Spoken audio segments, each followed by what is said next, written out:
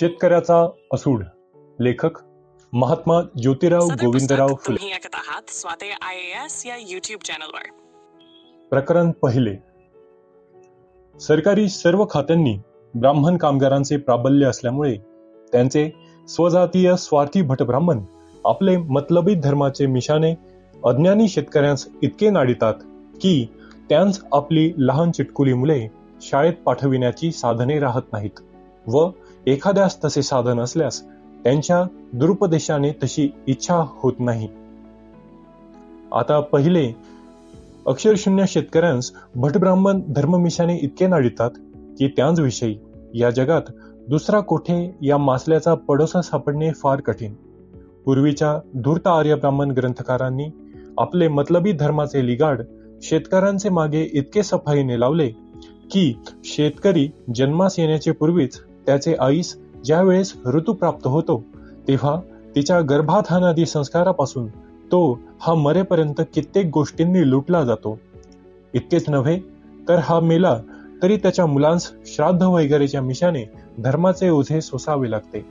कारण शेतकऱ्यांचे स्त्रियांस ऋतू प्राप्त होताच भटब्राह्मण जपानुष्ठान व तत्संबंधी ब्राह्मण भोजनाचे निमित्ताने त्यांपासून द्रव्यहरण करीतात व सदरची ब्राह्मण भोजने घेतेवेळी भटब्राह्मण आपले आप्तसोयरे व इष्टमित्रांसह तूप पोळ्यांची व दक्षिणेची इतकी धांदल उडवितात की त्यांच्या उरल्या सुरल्या अन्नापैकी त्या बिचाऱ्या अज्ञान शेतकऱ्यास पोटभर आमटी पोळी मिळण्याची सुद्धा मारामार पडते.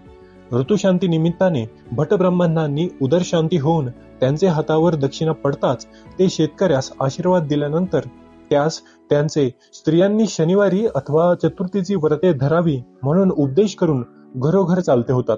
पुढे भटब्राह्मण दर शनिवारी व चतुर्थीस शेतकऱ्यांचे स्त्रियांकडून रुईचे पानांच्या माळा मारुतीचे गळ्यात घालवून व गवताच्या जुड्या गणपतीचे माथ्यावर शिधे दक्षिणा म्हणून घेतात व पुढे कधी कधी संधान साधल्यास सदरची व्रते उजविण्याची थाप देऊन शेतकऱ्यांपासून लहान मोठी ब्राह्मण भोजने घेतात.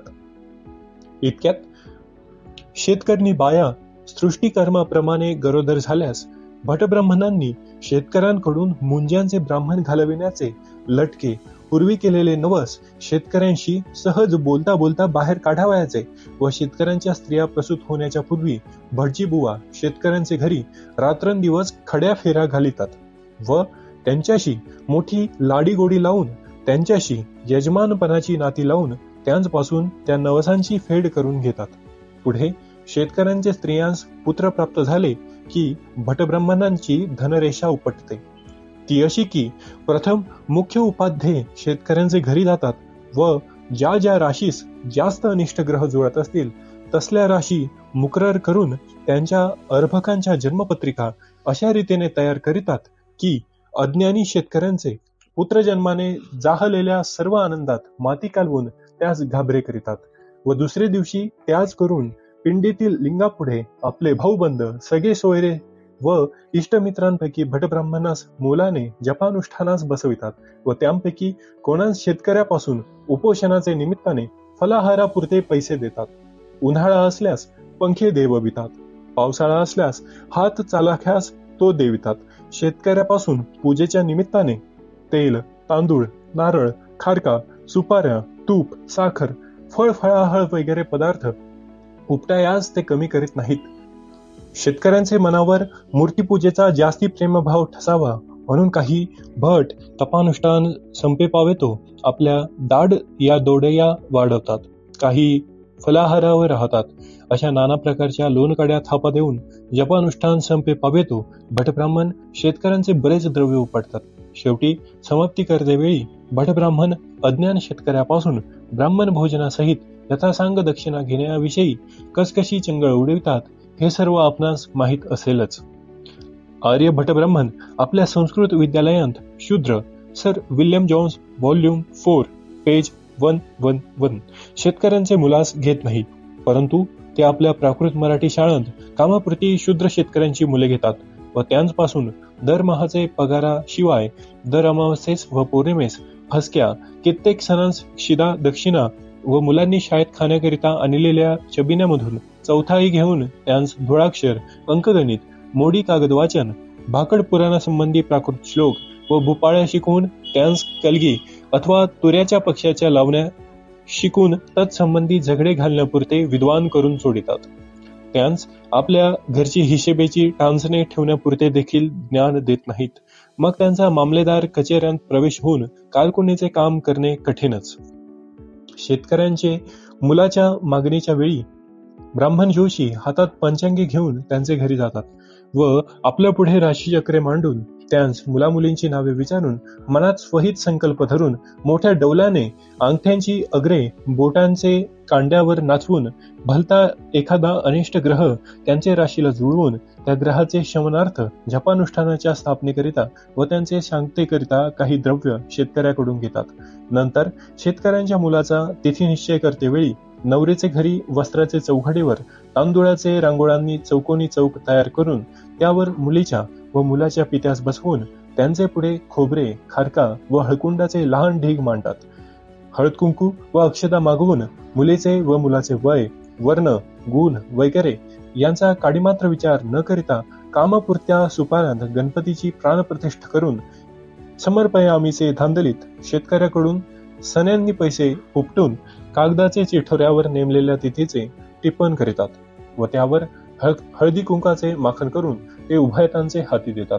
नंतर तेथील सामान पैशासहित चौकाचे तांदूळ आपले पदरी आवळून गणपतीसही घरी फोडून खाण्याकरिता करडोरीस लावून निघून जातात. लग्नाचे पूर्वीचे मारुतीचे देवळांत वधूकडील पोषक नवरे मुलास देतेवेळी भट ब्राह्मण आनादोनाने कडूसरीस लावून पानविडे पागोट्यात खोतात. नंतर वधूचे मांडवात नवरा मुलगा गेल्यानंतर बोहल्यासमोर त्या उभयतास उभे राहण्याकरिता पायपाट्यामध्ये थोडे थोडे गहू भरवून त्यावर समोरासमोर उभे करतात. पुढे वधूवरांचे मामाचे हाती नागव्या तरवारी देऊन त्यास पाठीराखे करतात व तेथे जमलेल्या मंडळींपैकी भलत्या कोणाची तरी अंगवस्त्रे घेऊन त्यावर हळद कुंकाचे आडवे तिडवे पट्टे ओढून त्या वधूवरांमध्ये अंतरपाठ धरून आळीपाळीने कोणी कल्याण रांगात व कोणी भैरवी रागात श्लोक व आर्यासहित शुभमंगल म्हणून त्या अज्ञानी शेतकऱ्यांचे मुलाबाळांची लग्ने लावतात. कित्येक सधन माळ्या कुणब्यांचे लग्नात त्यांचे भाऊबंध, सगळे सोयरे धायरे व वऱ्हाडी यांची पर्वा न करता आगंतुक ब्राह्मण दक्षिणेसाठी मांडीवर शालजोड्या घेऊन मोठ्या झोकाने लोढाशी टेकून बसून मांडवात इतकी धांदल करतात की वधूवरांच्या बापांनी आमंत्रण करून आणलेल्या गृहस्थांचे आगत स्वागत करून त्यांस पनविडे देण्याची पुरती फुरसत होऊ देत नाहीत. असले निसंग दांडगे भिकारी दुसऱ्या एखाद्या देशात अथवा जातीत सापडतील काय? इतक्यात लग्न लावणारे भटजी वधूवरांस खाली समोरासमोर बसवून त्यांचे पुढे नाना प्रकारचे विधी करीताना वेळोवेळी दक्षिणा समर्पयामी म्हणता म्हणता शेवटी थोड्याशा काड्या सुड्या गोळा करून त्यांस अग्नी लावून त्यात तूप वगैरे पदार्थ टाकून वधूवरांस लज्जा होमाच्या निमित्ताने चरचरीत धुऱ्या देऊन त्यांचे अज्ञानी पित्याकडून अखेरचे भले मोठे शिधे व दक्षिणा घेऊन घरी जातात. साड्याच्या दिवशी 1-2 हेकड शेतकऱ्यांस हाती धरून वधूवरांचे पित्यापासून मन मानेल तशा रकमा सदन शेतकऱ्यांस कर्ण वगैरे दानशूरांच्या उपमा देऊन त्यांचे पुढे नाना प्रकारचे गोंडचाळे करून त्यांस इतके पेटवितात की लग्नाचे अखेरीस त्यांचे घरी मोठमोठ्या सभा करून त्यांत एकंदर वैदिक शास्त्री पुराणिक कथेकरी व भिक्षुत भट ब्राह्मणांची वर्गावर्गी न करिता त्यांपासून दक्षिणा उपटून आपापले घरी जाता जाता त्यांपैकी कित्येक गुलहौशी भटब्राह्मण रात्री मांडवात नाच असल्याविषयी तपास ठेवून डोचक्यावर पिटकुल्या पागुट्या व मांडीवर चिटकुल्या शालजोड्या ठेवून आमंत्रण करून आणलेल्या गृहस्थांचे मांडीशी मांडीला भिडवून लोडाशी टेकून सर्व रात्रभर नाकाच्या जोडनळ्यात तपकिरीचे वायबार ठासता ठासता आसपास तपकिरीचा धुराळा खुशाल नायकिनीची गाणी ऐकत बसतात. पुढे शेतकरी लोक हे वय परत्वे मरण पावताच त्यांची मुले संसार करू लागल्यापासून त्यांचे मरण काळ पावेतो त्यांस भटब्राह्मण धर्माचे भूलथापेने कसे व किती नागवतात याबद्दल येथे थोडासा खुलासा करीतो. शेतकऱ्यांची मुले आपली नवे घरे बांधते वेळी शूद्र बिगारी भर उन्हाचे तापात उरा पोटावर मलमा वगैरेची टोपली वाहतात. गवंडी व सुतार उंच गगनचुंबीत पहाडावर माकडाचे परी चढून भिंती रचून लाकडांच्या कळाशा जोडून घरे तयार करीतात. यामुळे त्यांची दया येऊन त्या बापुड्या कामगारांस गृहप्रवेश करतेवेळी तूप पोळ्यांची जेवणे देऊन म्हणून घरचे मालक कबूल करीत असतात. पण ती जेवणे शेतकरी कामगारांस देण्यापूर्वी भटब्राह्मण शेतकऱ्यांचे घरोघर रात्रंदिवस घरट्या घालून त्यास नाना प्रकारच्या धर्मसंबंधी भुलथापा देऊन कित्येक ब्राह्मण अंमलदारांच्या आलल टप्पू शिफारसी भिडवून त्यांच्या नव्या घरात होमविधी करून घरच्या वळचणीला जागोजाग चिन्ह्यांची निशाणे फडकावून प्रथम आपल्या स्त्रिया मुलाबाळांसहित तूपपोळ्यांची यथासांग भोजने सारून उरले सुरले शिळे पाके अन्न भोळ्या भाविक अज्ञानी घरधन्यास त्याच्या मुलाबाळांसहित कामगारांस गुळवण्याबरोबर खाण्याकरिता ठेवून पानविडे खाताच उसातील इमानी कोल्हे भुकी दाखल आशीर्वाद देऊन शेतकऱ्यांपासून दक्षिणा गुंडाळून पोटावर हात फिरवीत घरोघर जातात व एक दोन मतलबी साधू भटब्राह्मण हे कित्येक अल्पवधी अल्लडे शेतकऱ्यांचे जिवलग गडी बनून त्यांस नावलौकिकाचे शहाज गुंतवून त्यांकडून लहान मोठ्या सभा करवून त्यामध्ये काही भटब्राह्मण शाल जोड्या देववून बाकी सर्वांना दक्षिणा देववितात. शेतकऱ्यांनी नवीन बांधलेले शेतखाने शेरी खरूच त्यांनी नवी देवळे पार वगैरे इमारती तयार केल्या की तेथे त्यांपासून उद्यापनाचे निमित्ताने ब्राह्मण भोजन व दक्षिणा घेतातच. दर चैत्रमासी वर्ष प्रतिपदेस भटब्राह्मण शेतकऱ्यांचे घरोघर वर्षफळ वाचून त्यांकडून दक्षिणा घेतात.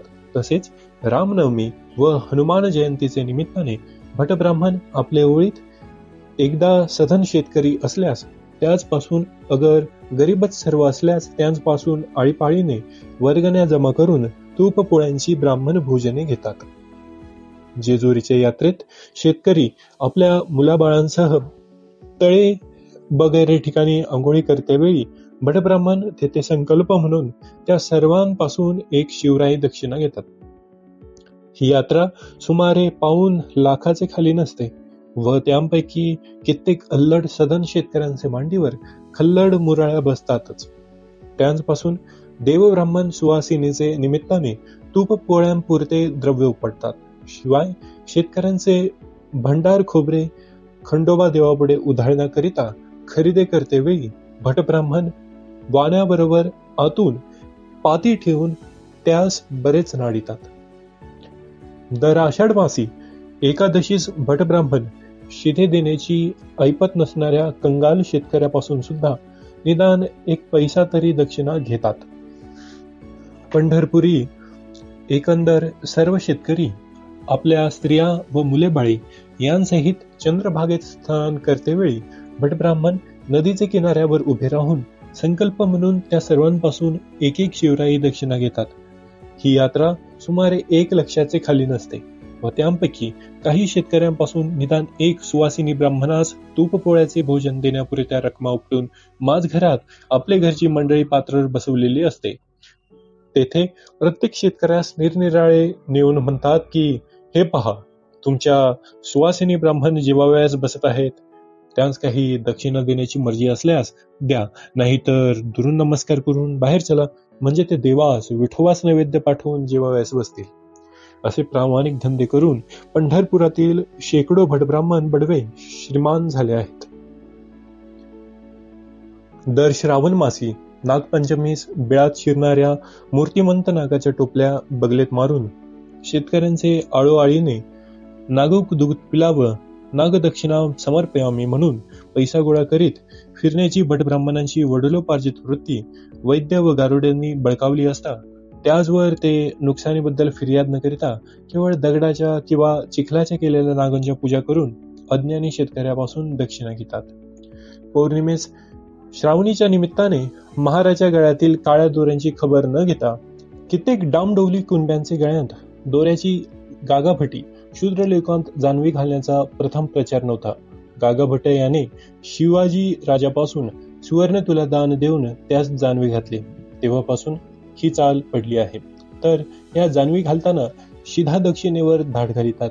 एकंदर सर्व शेतकऱ्यांचे हातात राख्यांचे. या राख्या सुताच्या असून 1 पैशास सुमारे 25 मिळतात. गंडे बांधून त्यांपासून 1 पैसा दक्षिणा घेतात.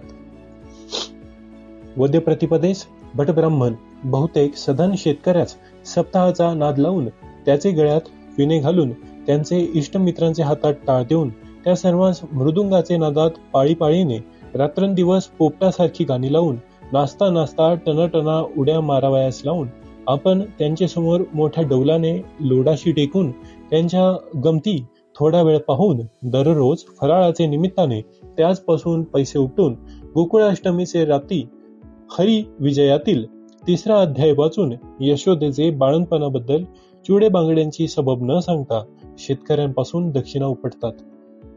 प्रातःकाळी पारण्याचे निमित्ताने शेतकऱ्यांचे खर्चाने करविलेली तुपपोळ्यांची जेवणे आपण प्रथम सारून उरलेले शिळेपाके अन्न शेतकऱ्यासहित टाळकुटे मृदुंगे वगैरे ठेवून घरी निघून जातात.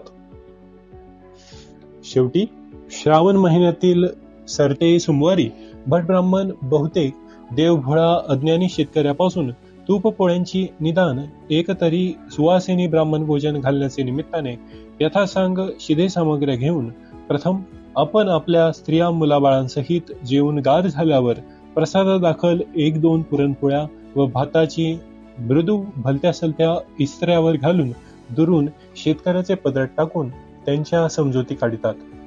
दर भाद्रपद मासी भटब्राह्मण हरतालिकेचे मिशाने अबालवृद्ध शेतकरी पासून 1-2 पैसे लुबाडितात. गणेश चतुर्थीस शेतकऱ्यांचे घरात गणपती पुढे टाळ्या वाजवून आरत्या म्हणण्याबद्दल त्यांपासून काही दक्षिणा घेतात. ऋषी पंचमीस रांडमुंड शेतकरी स्त्रियांस पाण्याचे डबक्यात भुतकड्या मारावयास लावून भटब्राह्मण शेतकऱ्यांचे जीवावर गणपतीचे संबंधाने दिवसा मोदकांसह तूपपोळ्यांची भोजने सारून वरकांती कीर्तने श्रवण करण्याचे भाव दाखवून आतून अहोरात्र नामांकित कसबिनीच्या सुरतीकडे मंगळध्यान लावून त्यांची सुस्वर गाणी ऐकण्यात चूर झाल्यामुळे शेतकऱ्यांचे घरातील कुंभारी गौरीच्या मुखाकडे ढुंकून सुद्धा पाहत नाहीत. चतुर्दशीत अनंताचे निमित्ताने शेतकऱ्यांपासून शिदे दक्षिणा घेतात. पितृपक्षात भटब्राह्मण एकंदर सर्व शेतकरी लोकांत पेंढार गर्दी उडवून त्यांच्या मागे इतके हात धुवून लागतात की त्यांच्याकडील मोलमजुरी करण्याच्या दीनदुबळ्या निराश्रित रांडमुंड शेतकरींपासूनही फाका घेऊन आपल्या पायांवर डोचकी ठेवल्याशिवाय त्यांच्या सुटका करत नाहीत. मग तेथे भोसले, गायकवाड, शिंदे आणि होळकर यांची काय कथा. तशांत कपिलाषष्टीचा योग आला की भटब्राह्मण कित्येक सधन शेतकऱ्यांस वाई, नाशिक वगैरे तीर्थांचे ठिकाणी नेऊन त्यांपासून दानधर्माचे मिशाने बरेच द्रव्यहरण करीतात व बाकी उरलेल्या एकंदर सर्व दीनदुबळ्या शेतकऱ्यांपासून स्नान करते वेळी निदान 1-1 पैसा तरी दक्षिणा घेतात. शेवटी अमावस्येस भटब्राह्मण शिदे दक्षिणांचे लालचीने शेतकऱ्यांचे बैलाच्या पायाच्या पूजा करवितात. विजयादशमीस घोडे व आपट्यांची झाडे पूजनाचे संबंधाने शेतकऱ्यांपासून दक्षिणा घेऊन कोजागिरीस त्यांचा हात चालल्यास शेतकऱ्याचे दुधावर सपाटा मारितात. अमावस्येस लक्ष्मीपूजन व ह्या पूजनाच्या संबंधाने शेतकऱ्यापासून लाह्या बत्ताशांसह दक्षिणा घेतात. दर कार्तिक मासी बलिप्रतिपदेस भटब्राह्मण मांगा महाराप्रमाणे हातात पंचारत्या घेऊन शेतकऱ्यास ओवळता ओवळता इडापिडा जाओ आणि बळीचे राजे येवो हा मूळचा खरा आशीर्वाद देऊन शेतकऱ्यांच्या ओवाळण्या न मागता हातावर शाल जोडा घेऊन त्यांच्या यजमानाची नाती लावून शेतकऱ्यांचे घरोघर माली मागत फिरतात. आनंदाचे यात्रेत शेतकरी आपल्या कुटुंबासह इंद्रायणी स्नान करीता असता भटब्राह्मण त्या सर्वांपुढे संकल्प म्हणून त्यांपासून 1-1 पैसा दक्षिणा घेतात. ही यात्रा सुमारे 1 लक्षाचे खाली नसते. नंतर द्वादशीस देवब्राह्मण सुवासिनीचे निमित्ताने कित्येक देवभोळ्या शेतकऱ्यांपासून तूपपोळ्यांची व त्यातून कोणी फारच दरिद्री असल्यास त्याचपासून साधा सीधा घेऊन आपापल्या कुटुंबासह भोजने करून त्या सर्व अज्ञानी भाविकांस तोंडी पोकळ आशीर्वाद मात्र देतात.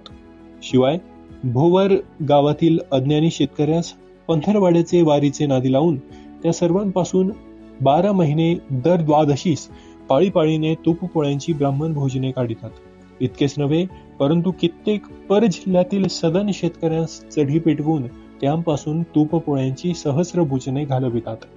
शेवटी परगावचे शेतकऱ्यांचे पंचांनी अदावतीने गुन्हेगार ठरवून पाठविलेल्या शेतकऱ्यांचे क्षौर करवून त्यांस प्रायश्चित्ताचे निमित्ताने थोडे का नागवितात.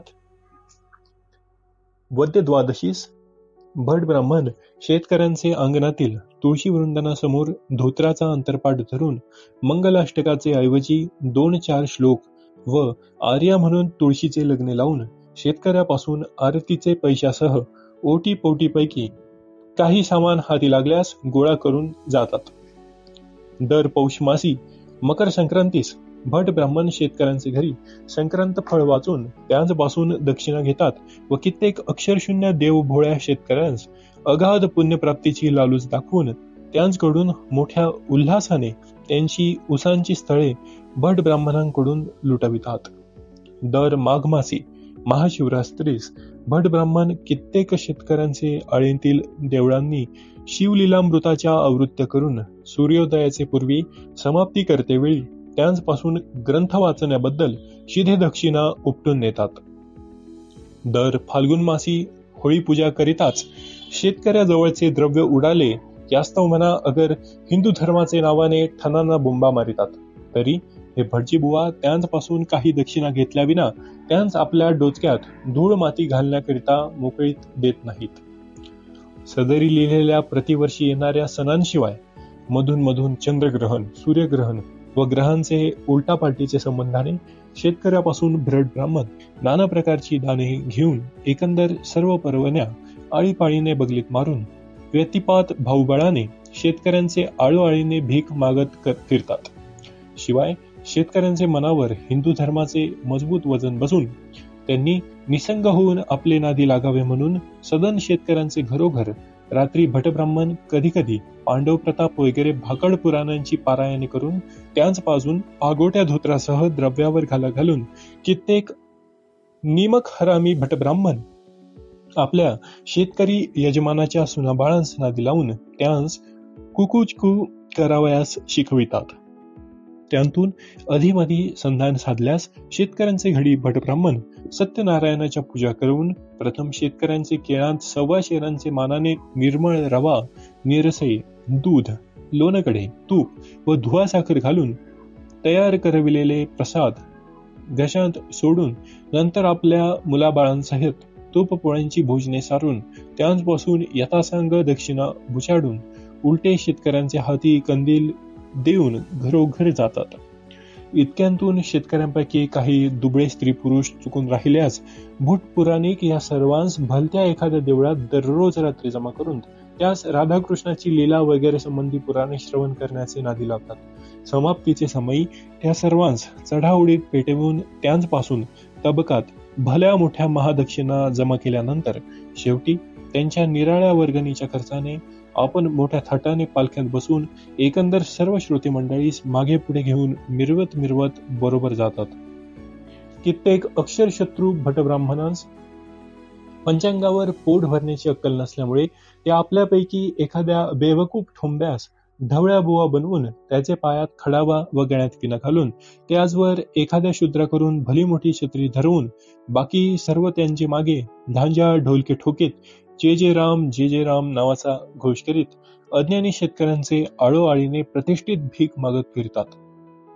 कित्येक भटब्राह्मण मोठमोठ्या देवळांतील विस्तार्ण सभा मंडपात आपल्यापैकी एखाद्या देखण्यास जवानास कवळे बुवा बनवून त्यांचे हातात चिबळ्या वेणा देऊन बाकी सर्व त्याच्या मागे ओळीने तालमृदंगाचे तालात मोठ्या प्रेमाने राधा कृष्ण राधा म्हणता म्हणता नाच्या पोऱ्यासारखे हावभाव करून दर्शनास येणाऱ्या जाणाऱ्या सधन रांडामुंडीस आपले नादी लावून आपली पोटे भरून मोठ्या मौजा मारितात.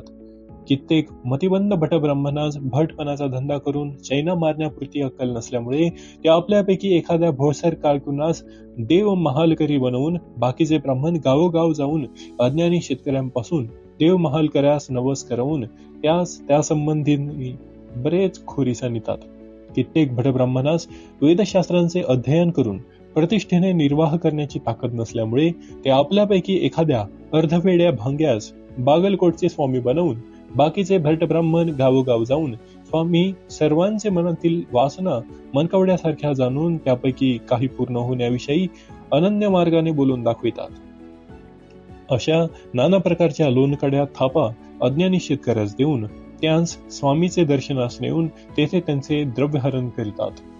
सदरी लिहिलेल्या एकंदर सर्व भटब्राह्मणांच्या धर्मरूपी चरकांतून शेतकऱ्यांची मस्ती जिरली नाही, तर भटब्राह्मण बद्री केदार वगैरे तीर्थयात्रेचे नादी लावून शेवटी त्यांस काशी प्रयागास नेऊन तेथे त्यास हजारो रुपयास त्यांच्या दाड्या मिशा बुडून त्यांस त्यांचे घरी आणून पोहोचवितात व शेवटी त्याचपासून मावद्याचे निमित्ताने मोठमोठाली ब्राह्मण भोजने घेतात. अखेर शेतकऱ्याचे मरणानंतर भटब्राह्मण स्मशानी कारट्यांची सुंगी घेऊन त्यांचे पुत्रा करून दररोज गरुड पुराणे वाचन, 10वे दिवशी धनकवडी वगैरे डिपोवरील वतनदार कागद भटजीस कॉव म्हणून पिंड प्रयोजनाचा मानपान देऊन त्याचपासून गरुड पुराणाचे मजुरीसहत निदान तांबे, पितळ्या, छत्र्या, काठ्या, गाद्या व जोडे दान घेतात. पुढे शेतकऱ्यांची एकंदर सर्व मुले मरे पावेतो त्यांपासून श्राद्ध पक्षास पिंडाने करीतेवेळी त्यांचे ऐपदीचे मानाने शिधे व दक्षिणांची वर्षासने घेण्याची वहिवाट त्यांनी ठेवली आहे. तीही की शेतकरी यजमानास मोठी लाडीगुडी लावून कोणास कारभारी, कोणास पाटील, कोणास देशमुख वगैरे तोंड्यापुरत्या पोकळ पदव्या देऊन त्यांपासून भटब्राह्मण आपले मुलामुलींचे लग्न वगैरे समयी केळीच्या पानांसह भाजीपाले फुकट उपटून त्यांवर आपली छाप ठाकण्याकरिता शेवटी एखादे प्रयोजनात त्या सर्वांस आमंत्रित करून मांडवात आणून बसवितात व प्रथम आपण जातवाल्या स्त्री पुरुषांसह भोजने सारून उठल्यानंतर तेथील सर्व एकंदर पात्रांवरील खरकट्याची नीटनेटकी प्रतवार निवड करून त्यांस आपले शूद्र चाकरांचे बगतीस बसवून ती सर्व खरकटी मोठ्या काव्या डाव्याने नाना तऱ्हेचे सोवळे साज करवून दुरूनच वाढितात. परंतु बाजार बसव्या काड्या महालांतील शेतकऱ्यांच्या हंगामी वेडवाडसरांच्या मुखास चुंबन तुंड्या लावून त्यांच्या मुखरसाचे धुडके घेण्याचा काडीमात्र विधी विनेश न करता ते आपले यजमान शेतकऱ्यांस इतके नीच मानितात की ते आपल्या अंगणातील हौदास व आडास शेतकऱ्याचा स्पर्श सुद्धा करू देत नाहीत. मग त्यांच्याशी रोटी व बेटी व्यवहार कोण करीतो? एकंदर सर्व सदरचे हकीकतीवरून कोणी अशी शंका घेतील की शेतकरी लोक आज दिवस पावेतो इतक्या अज्ञानी राहून भट ब्राह्मणांकडून कसे लुटले जातात? यास माझे उत्तर असे आहे की पूर्वी मूळच्या आर्य भट ब्राह्मणांच्या या देशात अमक्क चालू होताच त्यांनी आपल्या हस्तगत झालेल्या शूद्र शेतकऱ्यास विद्या देण्याची अटोकाट बंदी करून त्यास हजारो वर्षे मन मानेल तसा त्रास देऊन लुटून खाल्ले. याविषयी त्यांच्या मनुसंहितेसारखे मतलबी ग्रंथात लेख सापडतात. पुढे काही काळाचे 4 निपक्षपाती पवित्र विद्वानांस भटब्राह्मण कपटाविषयी बरे न वाटून त्यांनी बौद्ध धर्माची स्थापना करून आर्य ब्राह्मणांच्या कृत्रिमी धर्माचा बोजबार करून या गांजलेल्या अज्ञानी शूद्र शेतकऱ्यांस आर्यभटांचे पाशांतून मुक्त करण्याचा झपाटा चालविला होता. इतक्यात आर्य मुकुटमण्यांतील महाधूर्त शंकराचार्यांनी बौद्ध धर्मी सज्जनांबरोबर नाना प्रकारचे वितंडवाद घालून त्यांचा हिंदुस्थानात मोड करण्याविषयी दीर्घ प्रयत्न केला. तथापि बौद्ध धर्माच्या चांगुलपणाला तिलप्राय धोका न बसता उलटी त्या धर्माची दिवसेंदिवस जास्त वाढ होत चालली. तेव्हा अखेरीस शंकराचार्यांनी तुर्की लोकांस मराठ्यात सामील करून घेऊन त्यांच्याकडून तरवारीचे जोराने तेथील बौद्धांचा मोड केला.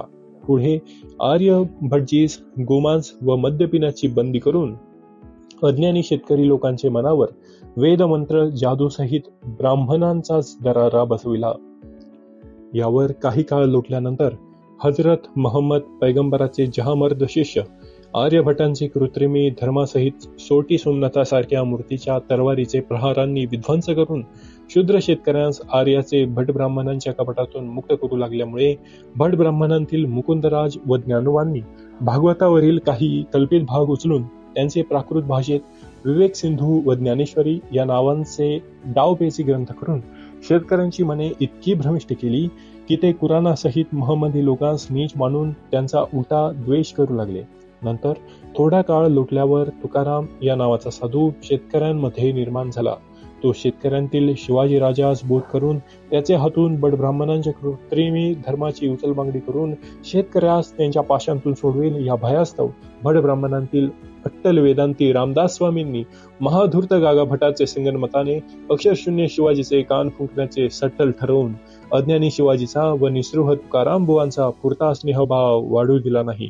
पुढे शिवाजी राजाचे पाठीमागे त्याच्या मुख्य भट पेशव्या सेवकाने शिवाजीचे औरस वारसास सातारचे गडावर अटकेत ठेविले.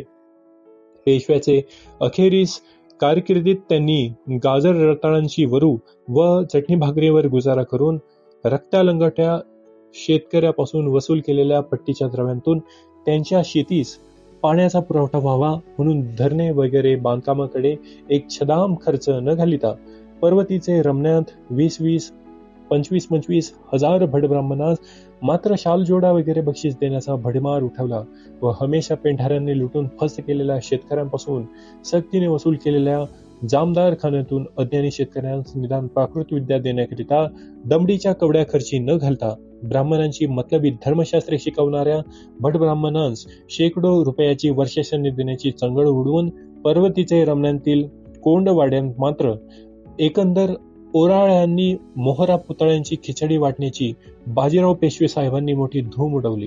म्हणून आम्हास फारसे नवल वाटत नाही, कारण रावबाजी हे अस्सल आर्य जातीचे ब्राह्मण होते. सबब असल्या पक्षपाती दानशूराने पर्वतीसारख्या एखाद्या संस्थानात शेतकऱ्यांपैकी काही अनाथ रानमुंडींची व निराश्रित पोरक्या मुली मुलांची सोय केली नाही.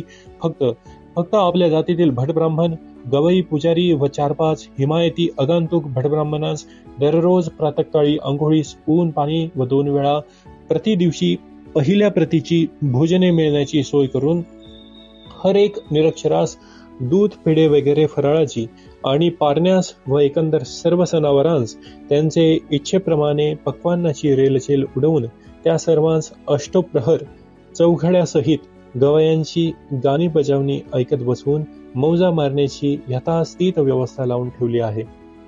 या वहिवाटी आमचे भेकड इंग्रज सरकार जशास तशा आज दिवस पावे ते चालू ठेकून त्या प्रित्यर्थ कष्टाळू शूद्राती अतिशूद्र शेतकऱ्यांचे निढळाचे घामाचे पट्टीचे द्रव्यांतून हजारो रुपये साल दर साल खर्ची घालते.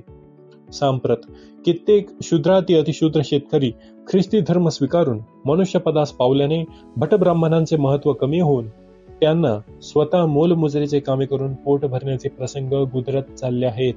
हे पाहून कित्येक धूर्त भटब्राह्मण खुळ्या हिंदू धर्मास पाठीशी घालून नाना प्रकारचे सर्व समाज उपस्थित करून त्यामध्ये अपरोक्ष रीतीने महमदी व ख्रिस्ती धर्माच्या नालस्त्या करून त्याविषयी शेतकऱ्यांची मने भ्रष्ट करत आहेत.